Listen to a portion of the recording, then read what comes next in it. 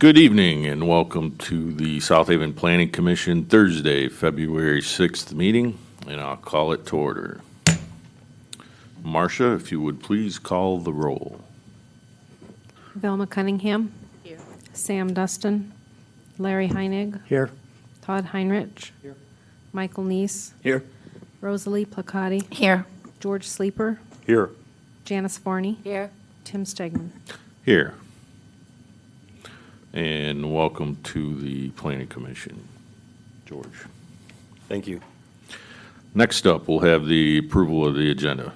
Mr. Chair, I'd like to make a motion to add discussion on short-term rentals, base amount of available properties to rent under new business. Well, hang on, let's get the agenda, a motion for the agenda, and then you Oh, can, and then motion to add.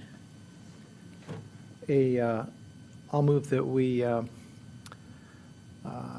accept the or approve the agenda as presented. Is that what you're looking for? yeah. Yeah. Okay, and then we'll get a second.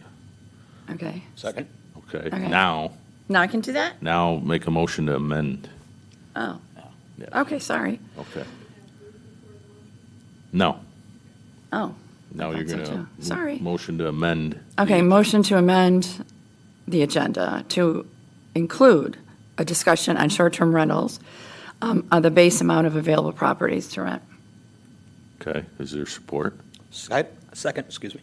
Okay, is there any discussion? All right, we will, let's do a roll on the addition.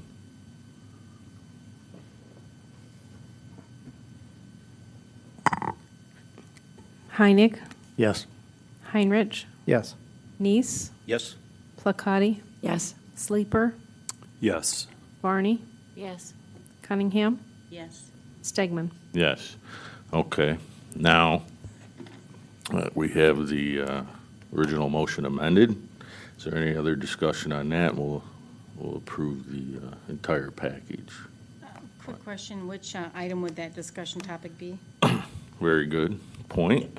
That will be item 8A.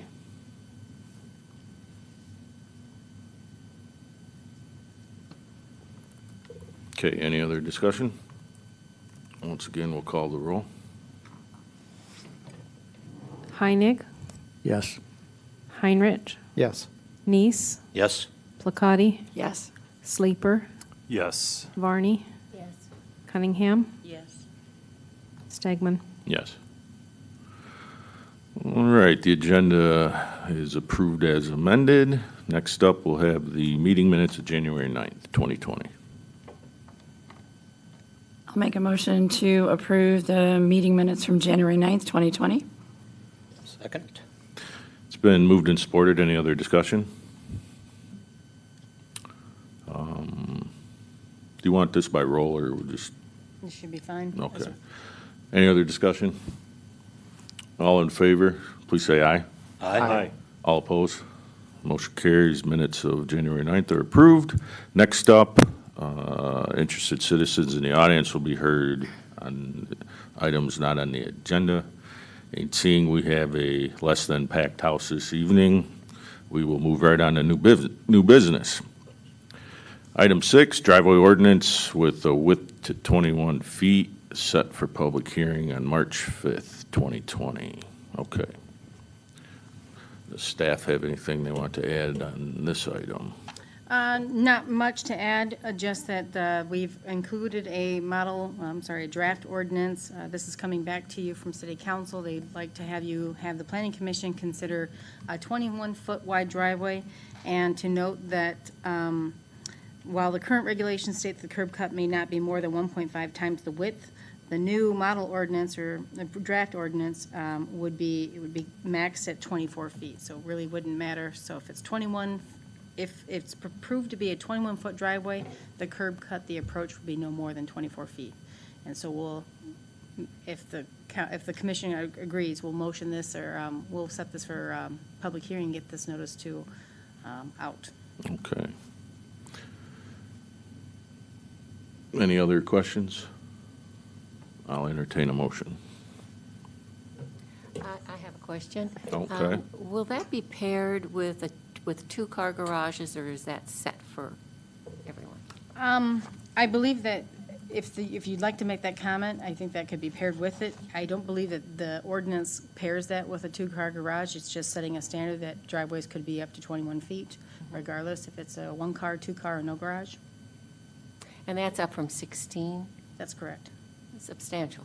That's correct. I guess I have a question, too. I think I know the answer, but when we originally discussed this, we had a number of driveways that had been approved for 16 and went ahead and built 21 without regard for complying with what had been instructed. If we pass this, those people that ignored adhering to the ordinance will now get a free pass. It's good.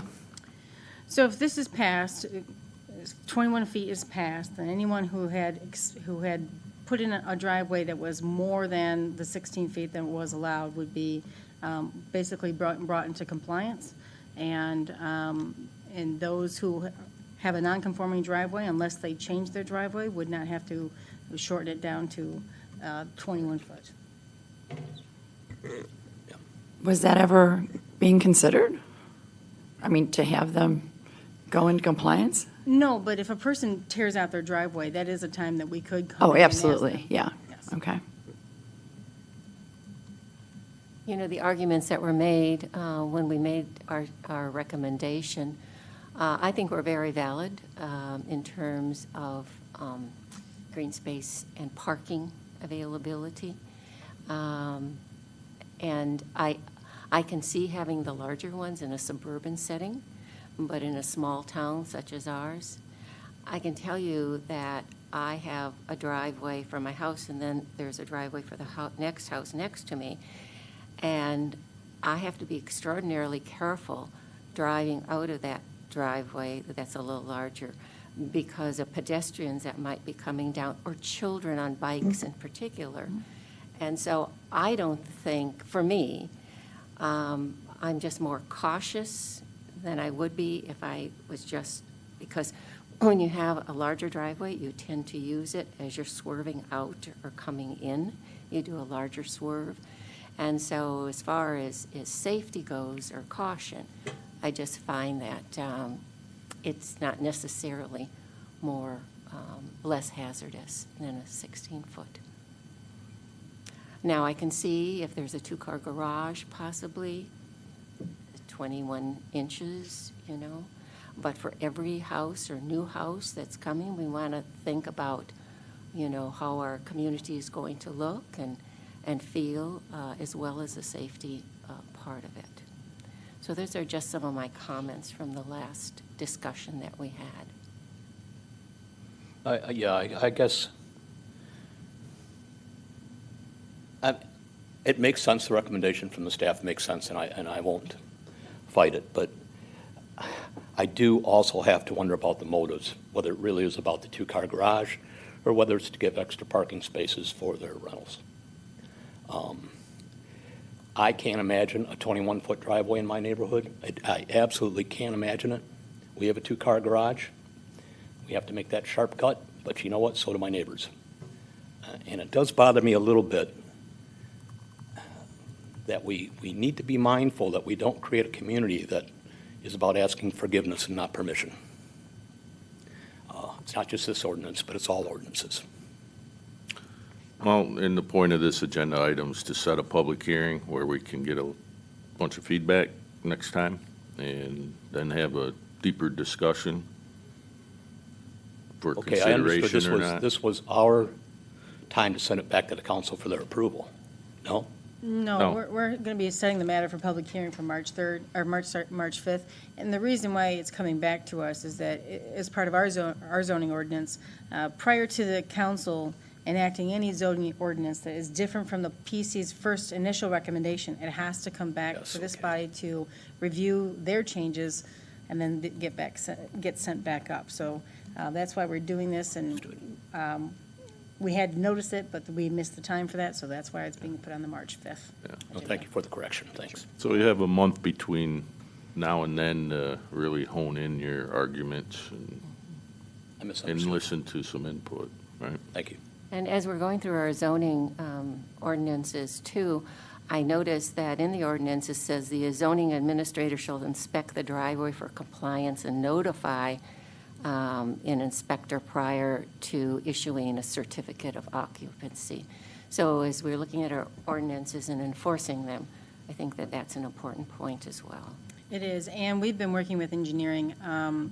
We've had some changes in the engineering department, and some new processes have been suggested, such as forming the driveway and then having an engineer or somebody from a city department come out, verify that this meets the standard, and only then it can be poured.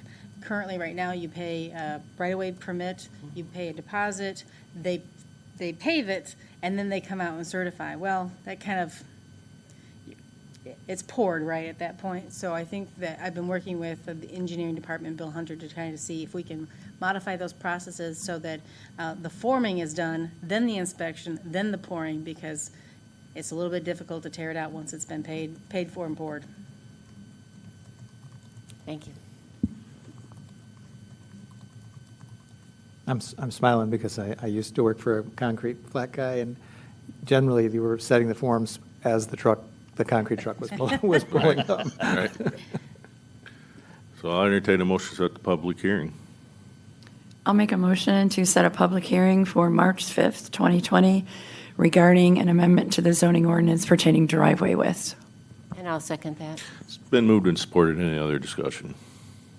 Seeing none, all in favor, please say aye. Aye. Aye. All opposed, motion carries. On to the next item. Number 7. Oh, by the way, on this agenda, health is spelled without an L. So it's Heath Services Zoning District. Oh, that changes everything. I guess I was thinking about Might be a candy bars. bar district. I'm all right. You know how I misinterpret Okay. things, Tim. So this is the Health Services Zoning District. Again, it's a set up public hearing for March 5th. That's correct. So we are setting this matter for public hearing for March 5th. This is an idea that came out of the master plan process, and that is to create a health services district. We already have a clustering of health services in like the Bailey Phillips area, and we are seeing some redevelopment in the area with the Bronson area hospital, and they're also, they will be bringing you a wound clinic site plan on your March 5th. They won't be part of the health services district as they come forward. They'll be under the B2 zoning restrictions, because this would have to go through not just this meeting, but 2 readings at the city council. But this is something that came out of the master plan we thought would be a good fit. And then the other thing was, is since we already have 14 zoning districts, we didn't want to add a 15th one. So the idea was to take the PB one and kind of merge it into the health services district and kind of make that accommodation so we can kind of better fit professional businesses in the medical field. We've already heard some comments on maybe, putting semicolons, ands, or ors, and at the public hearing or any comments tonight, we'd like to take those forward and incorporate any of those at the next draft. And just kind of making a district that works better than PB1. Any comments? I do have some, but go ahead. The purple line that defines the health and service district zoning map, this is page 33. How was that proposed? How was that? That comes right from your master plan.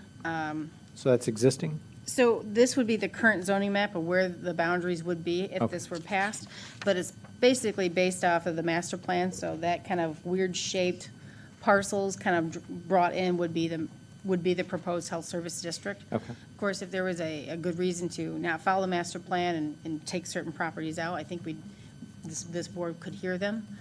But we thought just for, just to follow the master plan, we included everything that would have been in the health services district. Thank you. While you're on that subject, along Aylworth, I see that the line is drawn leaving one parcel in residential. Was there a specific reason for that? You know what, Brad was drawing the line, I'm not sure why he left that one out. We did contemplate whether or not those residential parcels should be brought in, even though that's in the master plan, because we were concerned about making them non-conforming parcels. We'll look back at that at our March 5th, prior to our March 5th, we'll get an answer for you on that. Okay. My preference would be to include them all. Okay, Certainly leaving one of them out raises a lot of questions. sure, that could have So- been just a missed It something, but may we'll have been, check yeah. on that. I have one more question. I've, on another commission I was on, we did some rezoning, and it seemed like every time we did it, somebody'd come back and say, my property was rezoned and I didn't know. And a really nice man came before us and said, couldn't somebody have taken the time to pick up the phone, you know?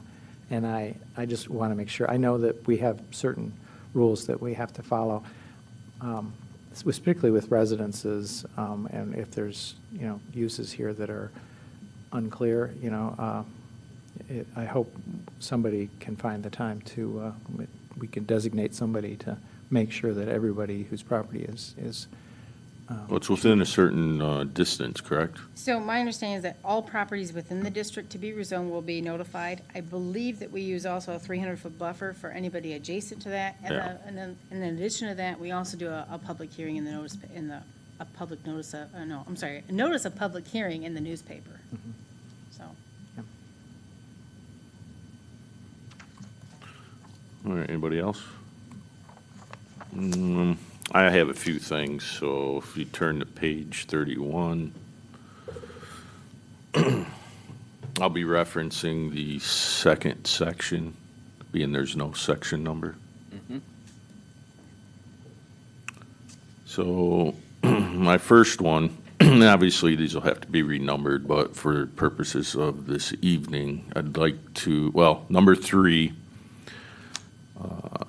I would like to strike starting at or all the way to the semicolon of facilities. And then add 3A and include what was just stricken. So 3A would be medical equipment and orthopedic/prosthetic facilities.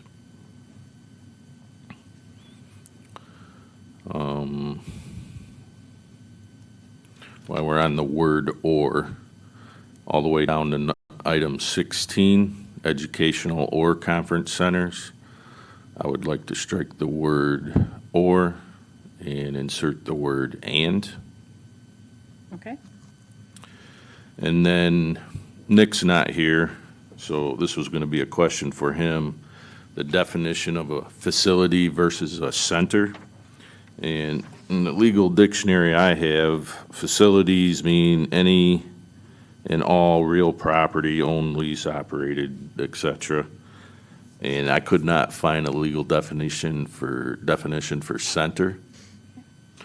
So I don't know why we have the word centers and the word facilities. I'd rather we just strike all the references to centers and insert facilities.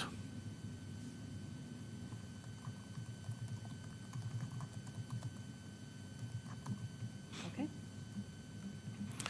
And then one question I'll have at a future date is item 14 there, retail establishments, and what all that means for this area, if it's wide open or if it has to have some kind of a medical. In talking with Brad, who is helping us form this, his idea, his thought process was that if not a Walgreens, but many pharmacies don't just sell, pharmaceuticals, they also sell, all the things you would find in a Walgreens. So sometimes you could walk in, grab a bag of pretzels or whatnot, and that might add that use of retail sales. And I think we could probably clear that up a little bit better if we say just pharmacies and with retail uses. If that would clear it up, or if you'd like to keep the retail establishments in there.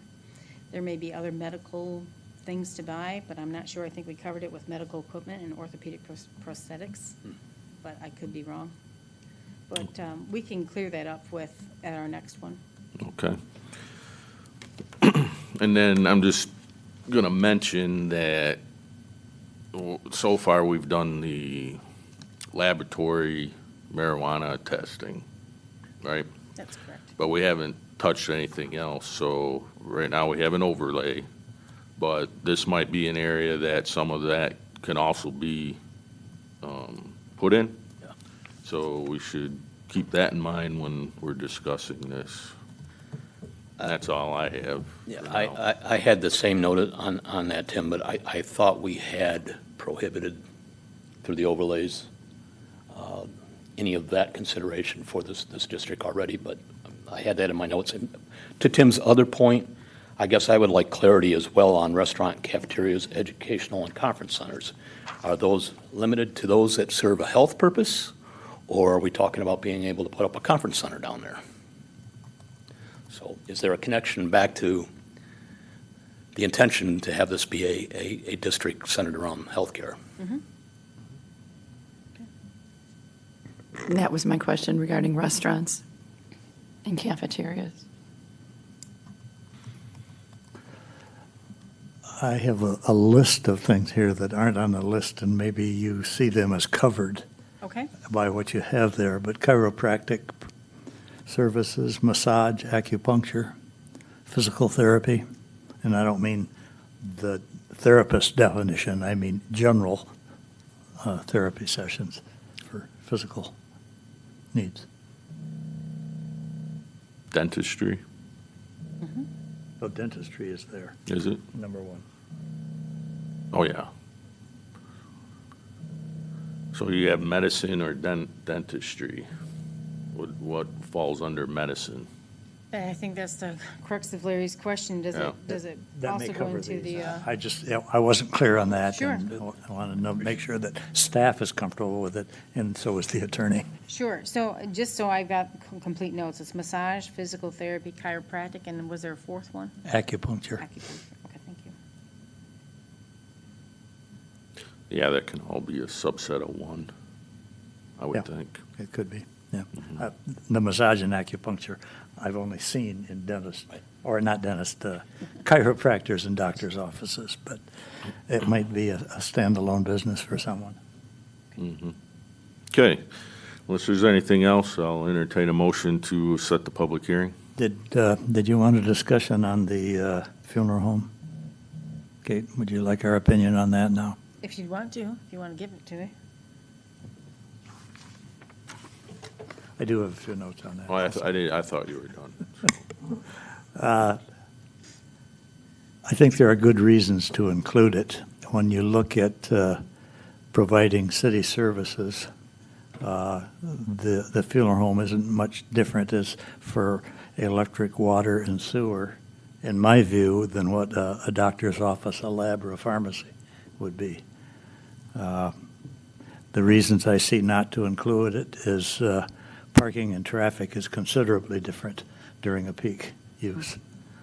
And it's not necessarily health-related. Given that yes and no answer, my recommendation would be to include it. We get a site plan review where we can handle the traffic and the parking without it being part of the ordinance.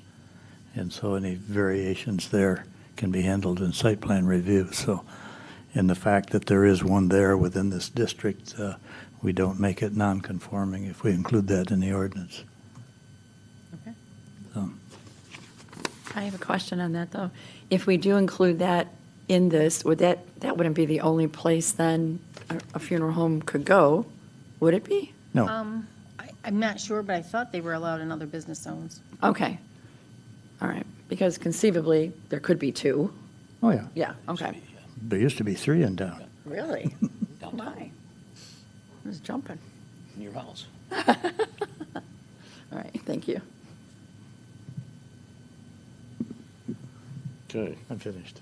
all right, why don't you set the motion to do the public hearing? I move that we schedule a public hearing for March 5th for the Health Services Zoning District proposal. Support. Second? It's been moved and supported. Any other discussion? All in favor, please say aye. Aye. All opposed, motion carries. Chair, Next, who made the second? Todd? Thank you. And Mike made the third. A third. But I can't hear over here, so. All right. New business, item 8, technical audit report of the zoning ordinance. So last year, Williams, when we brought Williams and Works on to start doing 2 days of zoning administration, as well as other days during the week, but remotely, they had flagged for us maybe something that we already kind of knew, which is our zoning ordinance is a bit of a convoluted mess. And I say that affectionately, but this is an ordinance that was adopted in 1983, and we've done multiple changes to it, but as a piecemeal, kind of as an issue has come up. And what they see, as they see ordinances from around the state, is that there's many items and many sections that either don't flow correctly, that provisions could be, while provision could affect another section, it's buried in another one. And that there could be, that there are conflicting sections that could open us up to challenges. Not only and those are just the very background, but there's also a couple provisions that they've noted in here that could be in direct violation of the Michigan Zoning Enabling Act. It's a 22-page report, so it's quite lengthy. They go into it with a lot of detail. And many of you, if you read it and have gone through the master plan process, they did bring up a couple items that we had talked about before. And I guess knowing that there's so much in here that is recommended to change, I did call and just kind of get more information on what this would take to implement. What are we looking at if the city wanted to take these recommendations and just go through this process? And we're looking around $50,000.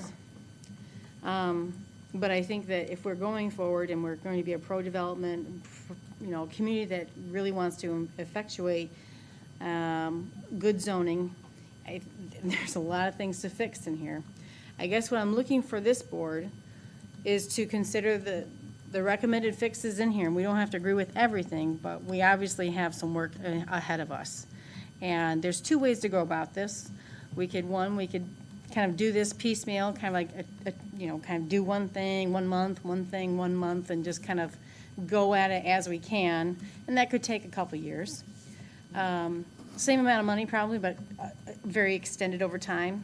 Or secondarily, we could suggest that this be done. We set a time and we say, we're going to do this year, and this is what our plan is. And we go through these things with their help. I guess what I'm looking from this commission is that we make a recommendation to City Council that during their priority setting process and budgeting, that they consider that this is a priority that the Planning Commission has sought or has looked at, and that there's items in here that need to be fixed, and that it should be done in a hurry-up fashion. I know that we have some large projects coming our way. I mean, Center Street's going to be redeveloped. I know that we've talked about construction standards, and we'd like to get those started. Also, we've talked about doing, making living upstairs a by right action here in the zoning ordinance. I think I'm just looking to see what does the Planning Commission think of this report, and what kind of a time frame would you like to see staff and Williams and Works start to work on this? Okay, I think to proceed further, I'm going to take this in 2 parts, the receipt and then the consideration of recommendations. So what I will do for as far as the report, unless there's an objection, I'll take receipt of that by unanimous consent. So with that, we've received the report. That doesn't mean that we agree with everything in the report. No, it does not. Thank you. And that's where we get into the consideration of what to do with this report.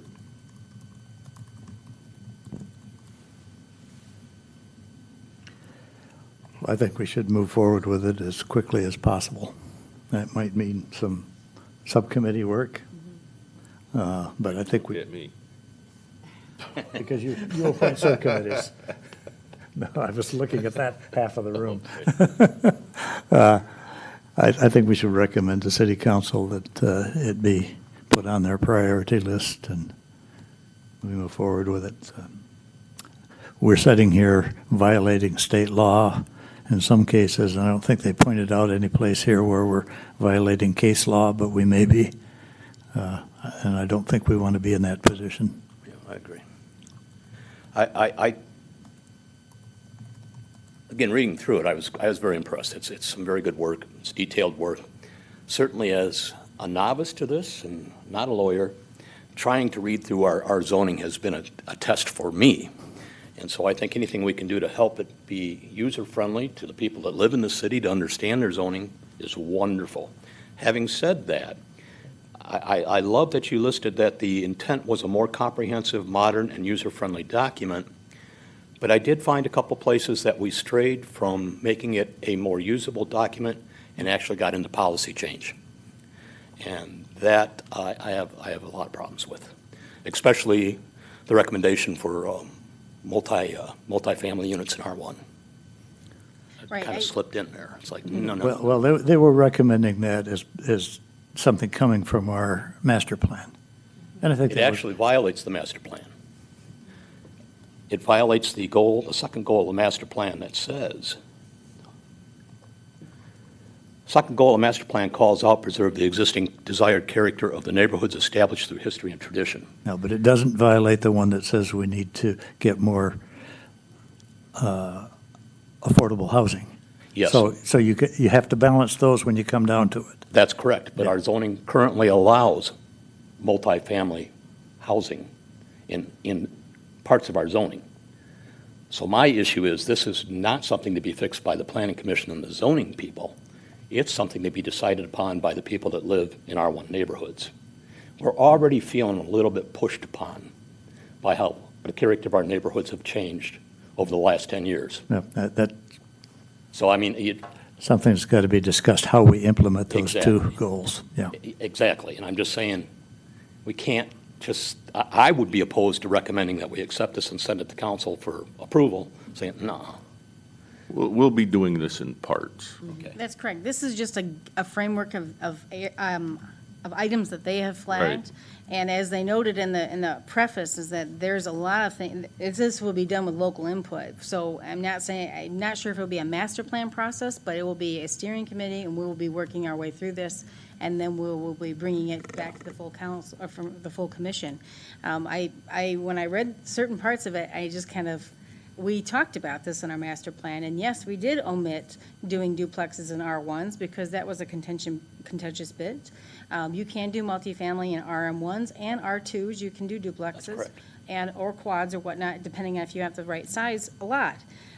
So, yeah, I don't think in my mind that we were talking about that. I knew that they put that in there as something they see across the state to accommodate for more. Well, you say you want more housing, and this is one way that people add it, but we've already had that conversation during our master plan process.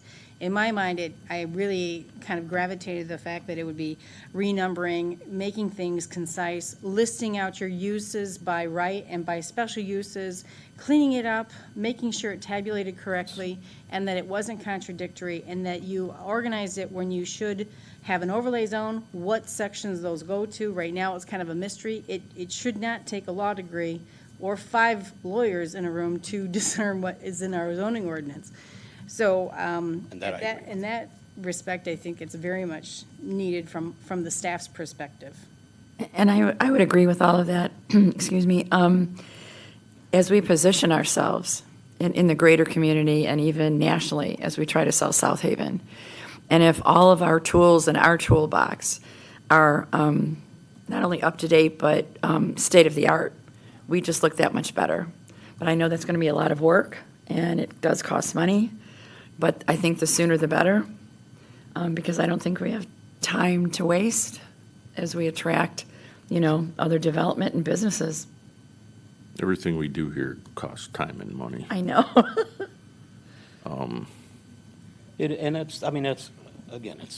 That's a consideration as well. I mean, we just sat through a meeting this week hearing about we're broke. And for us to recommend other additions to the budget scares me a bit. So basically, this motion is for the city council to consider including monies to implement the recommendation in their next budget process. time and resources. But I need a motion from one of you, though. I can't make it. I move that we forward the technical audit report to the city council and recommend that they make it a high priority to implement some of the recommendations. And I support that. Is there any other discussion? Yeah, I have problems with the word implement.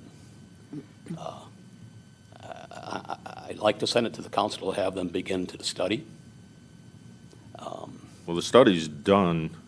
Well, to discuss the implementation. I mean, I don't want any message from the commission that I sit on that says we take this as being something that should be implemented as written. Oh, no. I want to send it to the council for them to take it on seriously and clean it up and go step by step. And let's, What I would expect, and I think what we're accustomed to, is the red line for comparison.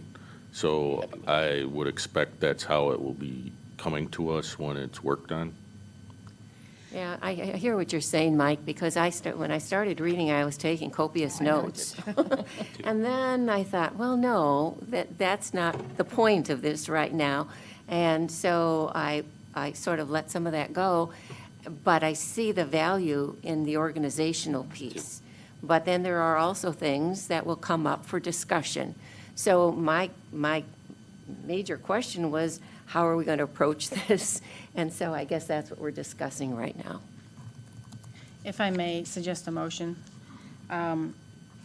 Motion to forward to the city council and recommend council consider making a comprehensive update based on this technical report as part of their priority setting process.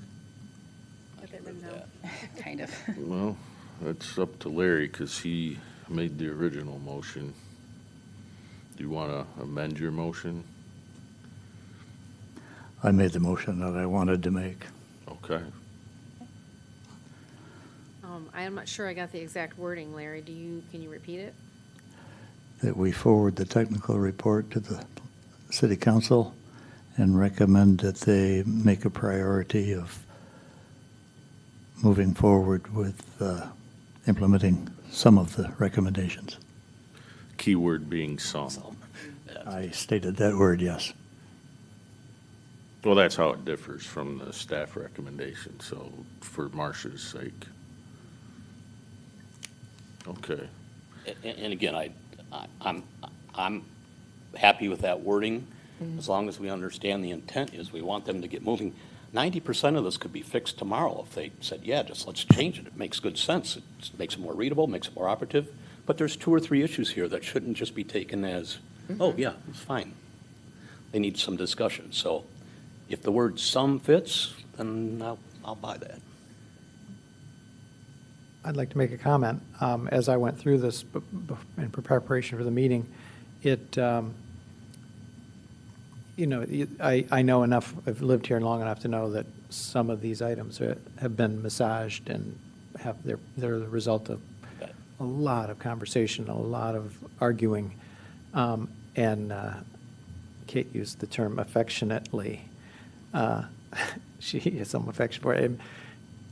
An ordinance, I understand they're a reflection of the community and the people and the desires of the people that live here. We have to balance that with our legal obligations, and sometimes there's not a perfect balance. Sometimes we can get hung up. A good attorney, or 5 of them, can fight anything in this ordinance. So when I first started going through it, I just thought, gosh, I hope there's a workshop on this, because I need to understand a lot of this better. Well, that which was once clear becomes cloudy over time with multiple authors and cut and paste and Right. et cetera, et cetera. And you can tell on a lot of these, there's definitely a different author each time. Right. And so the continuity's kind of lost, and that's what makes it hard to read some of these. And the intent is wonderful, to try and go through and let's clean that up, let's make it workable, usable. That's wonderful. Yeah. Well, this commission has already undergone some of that effort, and it's mentioned in the report about the signage part of the ordinances. So I think it's just a matter of continuing on with that effort, and it's not going to fix itself. It's something that's going to have to take work, and I think it's going to be worth the effort when we're all done. Okay, any other discussion? Seeing none, we'll go to a vote, and we'll do roll on this one, if you would, please, Marcia. Get a second on Larry's? Yeah, Janice seconded. Yeah. Heinrich, Yes. Neese, Yes. Placati, Yes. Sleeper, Yes. Varney, Yes. Cunningham, Yes. Heinig, Yes. Stegman. Yes. Okay, off we go with that and see if city council gives us any money or if they're gonna be rebuilding erosion control. Be out, That could suck it all off. it could be. Okay, new business, item 8A. I guess you can just tell us what you're thinking, Rosalie. Okay, I'll just refer you back to page 6, actually, of your packet, when we were just, it's in the minutes from last meeting, mid-page, when we were talking about what defined an existing housing unit and a dwelling unit, and how that factored in with the total amount of housing stock that we had when we set the ratios. And there, and of course, it's problematic because as we count apartments, whether they can be sublet or not, but there are certain apartments that can definitely not be used as short-term rentals, like any of the Section 8 housing, any of the retirement housing, any of the senior housing. And if we added those up, I think it would substantially reduce the amount of total housing, which would then kind of reduce the amount of housing available for short-term rentals. So I just thought it was a discussion worth having, and to at least bring to our attention, since we were reviewing short-term rentals for this year. Now, I know that we've already set and published the amount of rentals that we can have for 2020.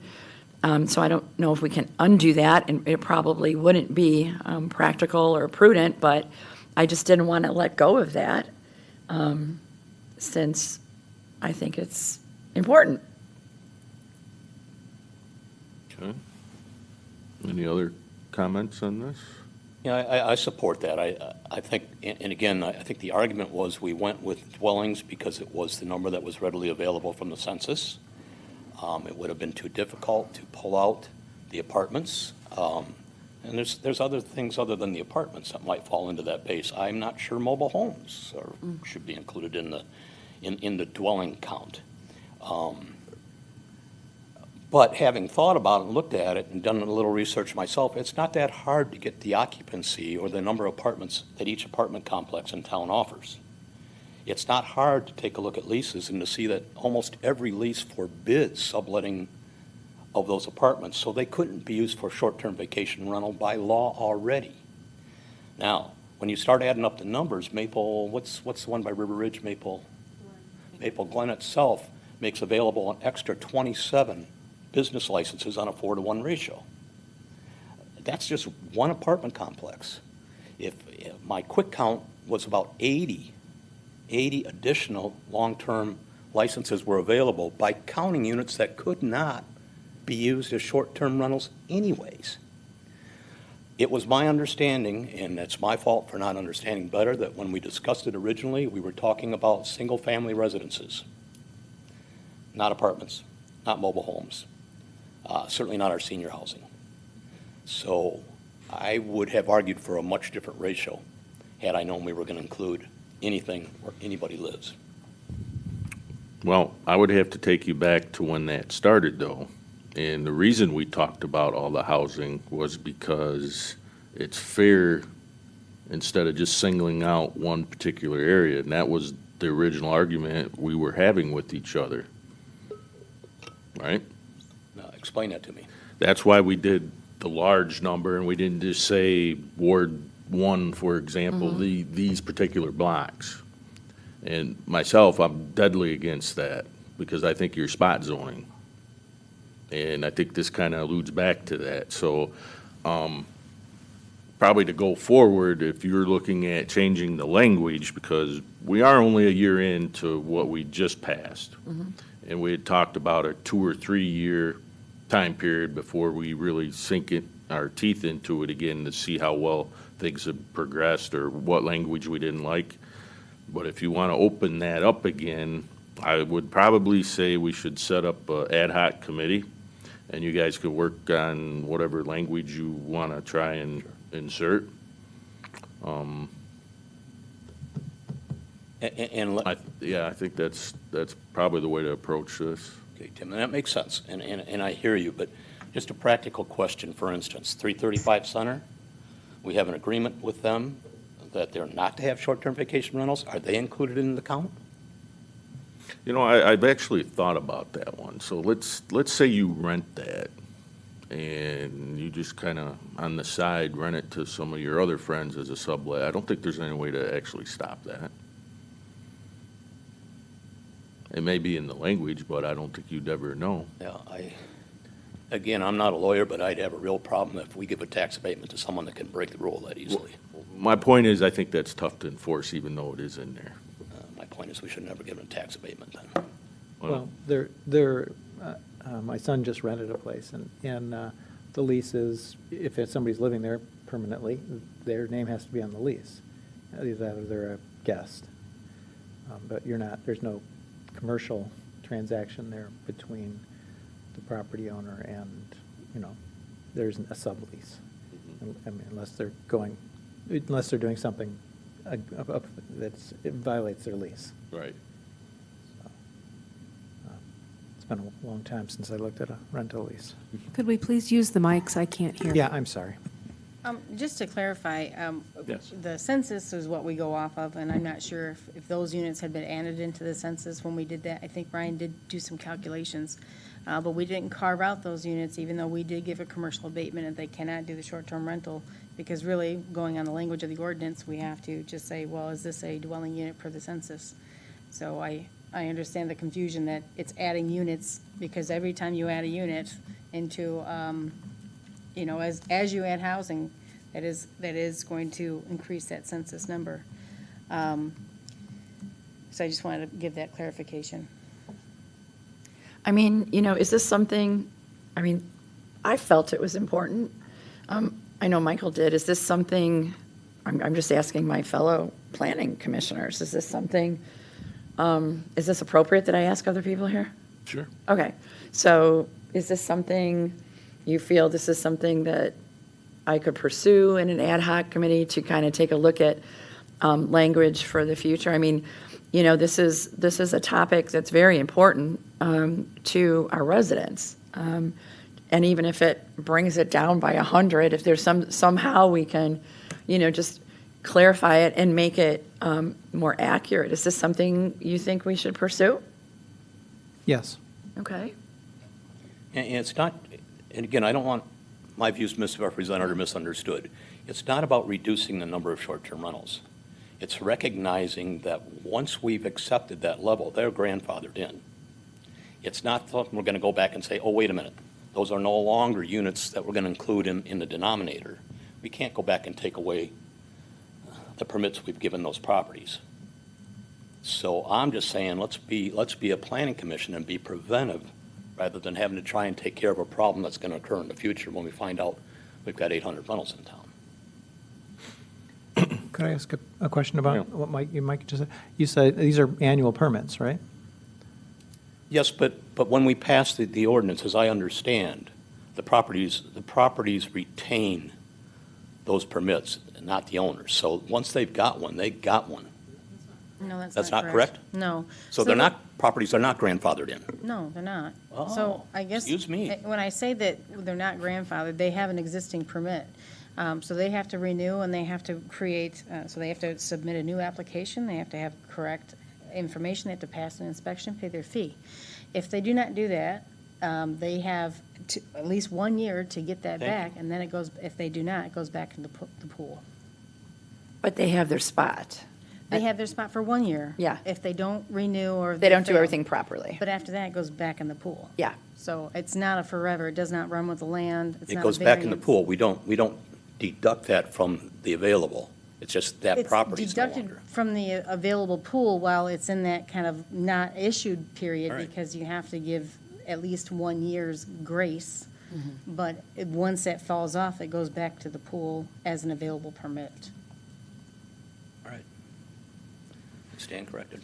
One question I had about available housing units, I understand if there's like a condominium association, they can make their own rules as far as whether or not they're going to allow short-term rentals, and that, I would think, can change based on the decisions of the individual That's correct. condominium association. So I wonder, are we trying to hit a moving target, trying to figure out what's available and what's not available? It was my understanding that the condos and the PUDs were considered separately anyways. Now, if I'm wrong there, Yeah. And that takes us back to the very original argument, and I would agree with you. That's why I say just take all dwellings, because you don't know what rules go with which. There's no way to keep track of it. Or you could keep track of it, but it's just near impossible, right?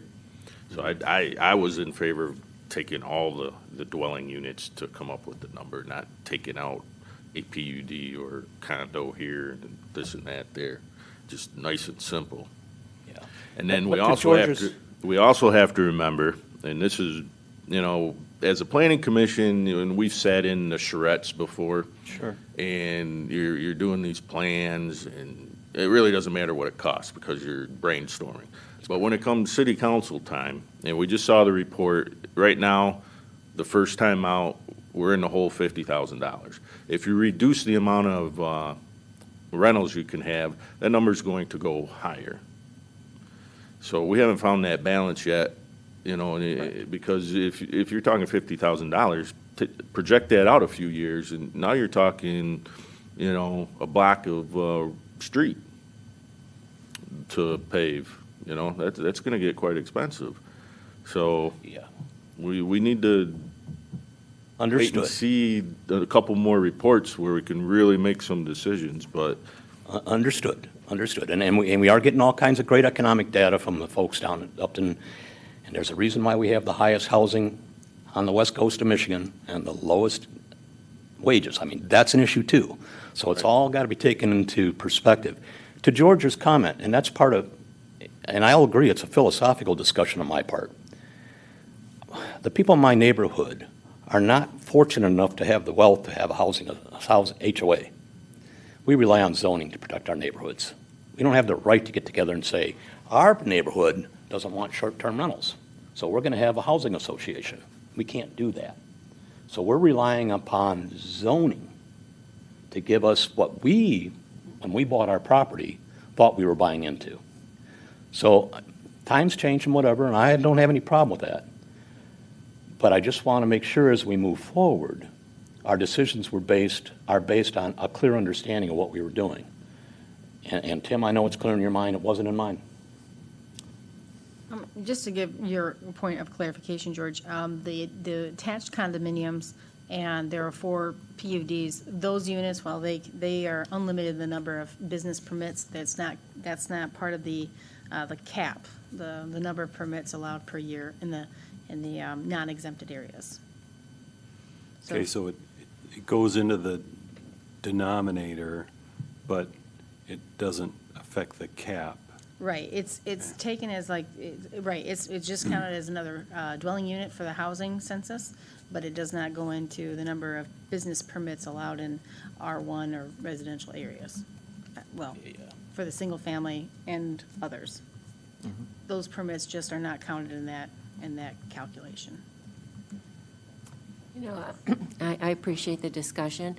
The only concern I have is that we're so new this is like our first year, and we're getting the data, and we'll, tweak eventually the data. But I'm wondering, not the data, but what we might want to respond, how we want to respond to the data.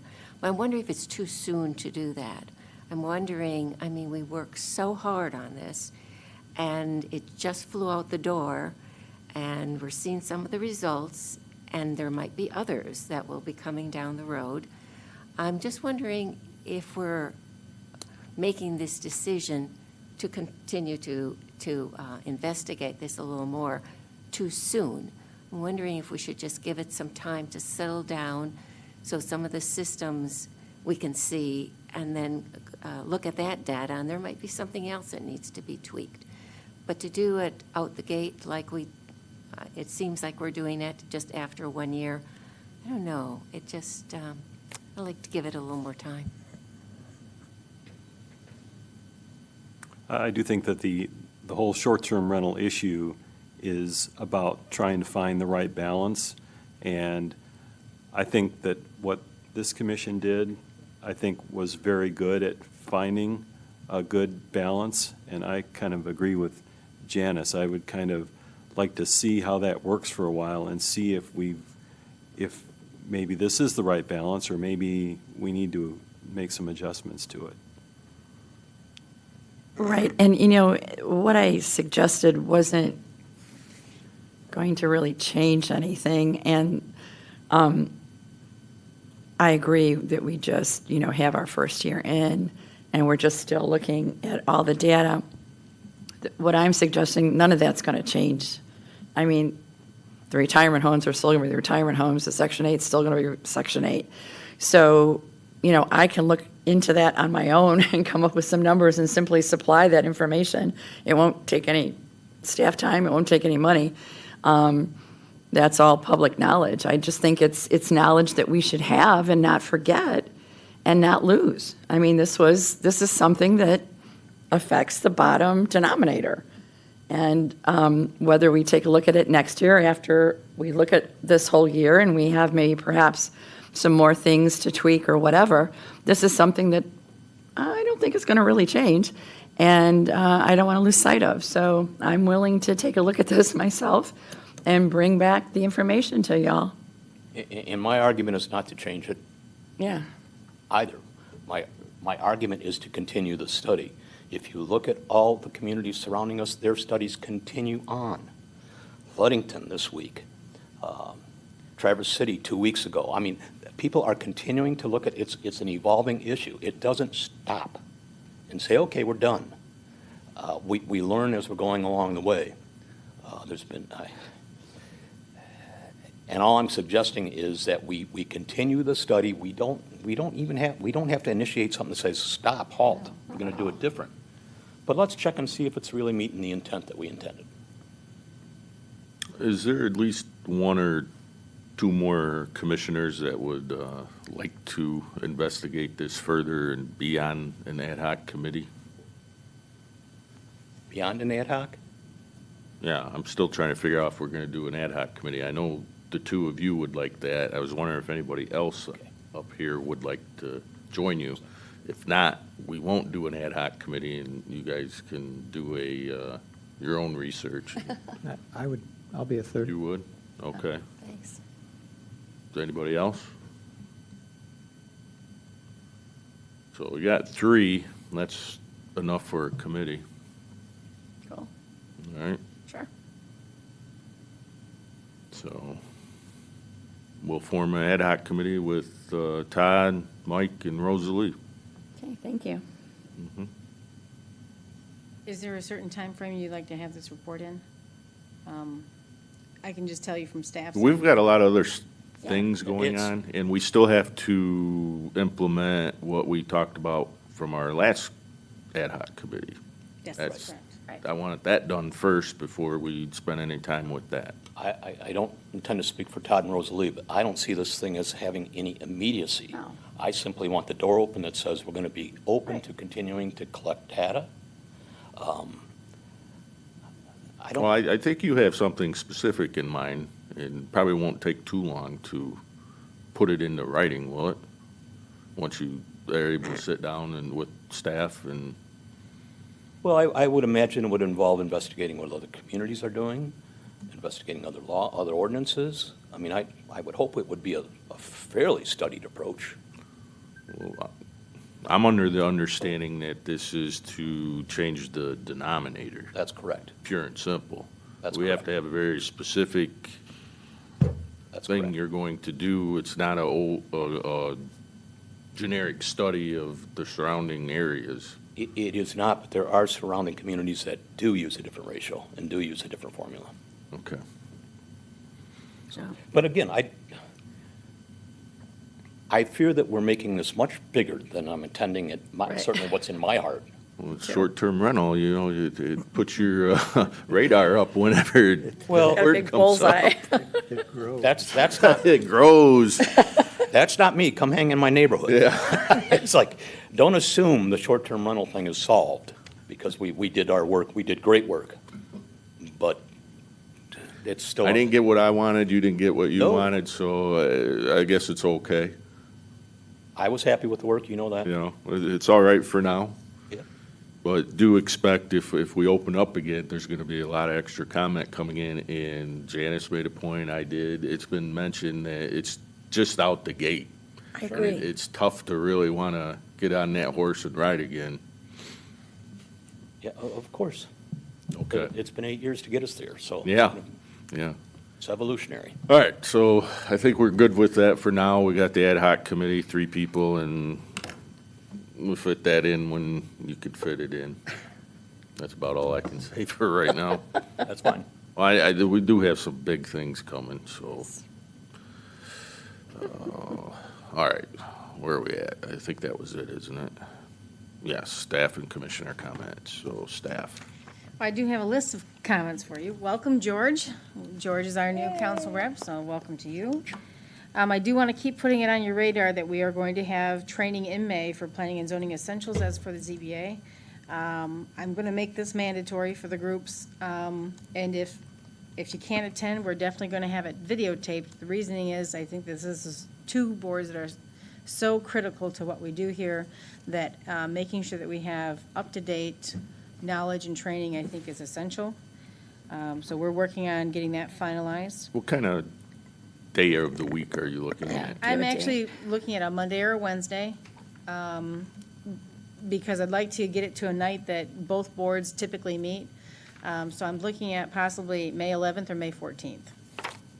Okay. Of course, we're going to try to get one person down, maybe a 3-hour training. We might be able to excuse planning commissioners after the first hour and a half and then focus on ZBA for the rest half. That's kind of what we're kicking around. We'd like to, I was thinking, just to get more bodies in the room, we may offer this training to our local partners up in Casco and South Haven Charter Township.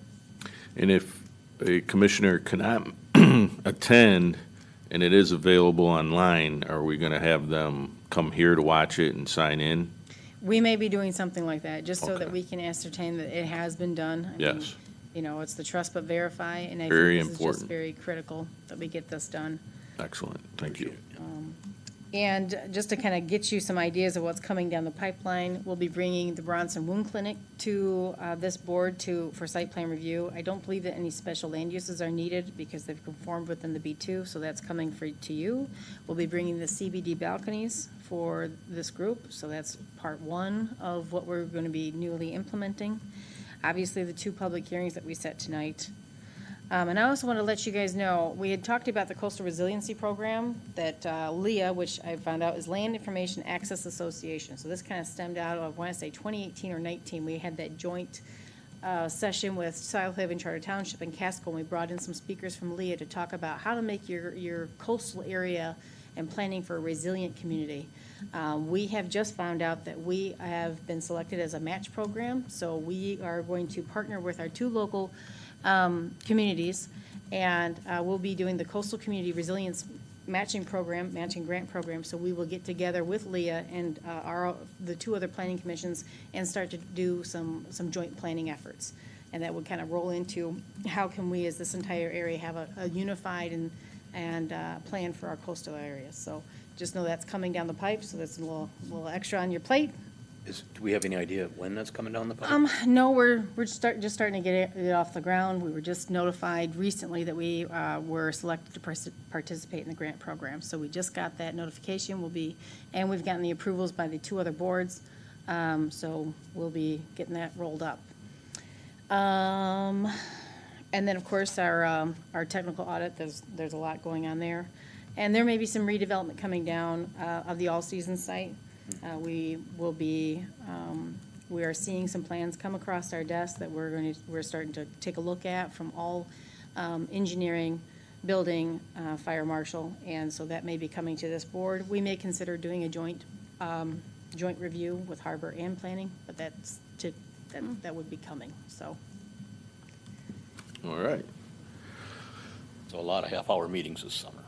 Yeah. All right, we'll start with you, Mike. Welcome, George. Good seeing you. Thank you. That's it.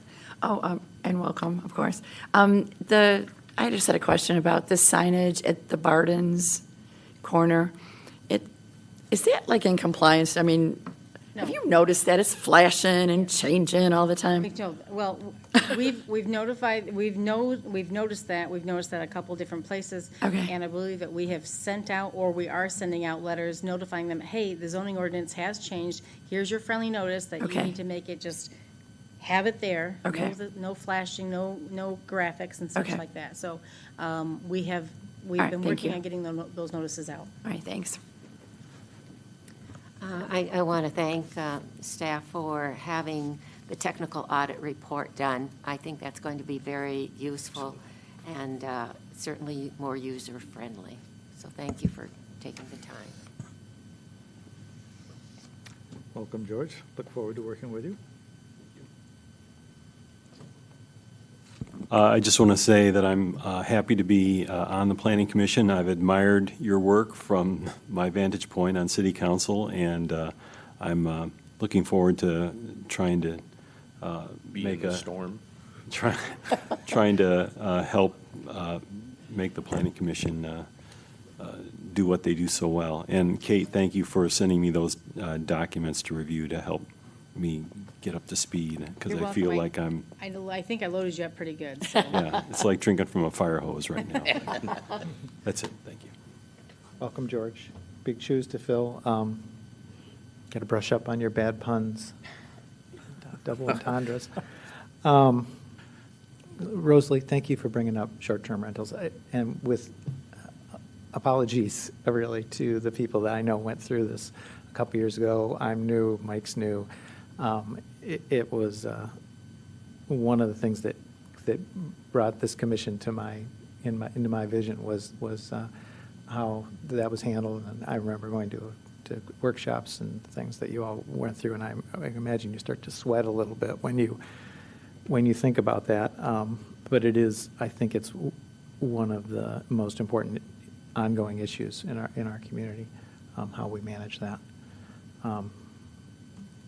That's all. Okay. No comments. All right. Well, I always suspected that when Clark was here, was part of the reason there were always people in the audience. They had a bone to pick. And it has been proven true tonight. Now that George is here, there's nobody in the audience. So do you think Clark is watching? I hope. So actually, since I've sat here in this chair, this is the first time ever I've not seen somebody in the audience. So either it's a really light agenda or we're doing pretty good. I'd like to think the latter. With that, I'll entertain a motion. I'll make a motion to adjourn. Support. Okay. 3 seconds. Been moved and supported. Any other discussion? Can you get it? All in favor of adjourning, say aye. Aye. All opposed, motion carries. This meeting is adjourned.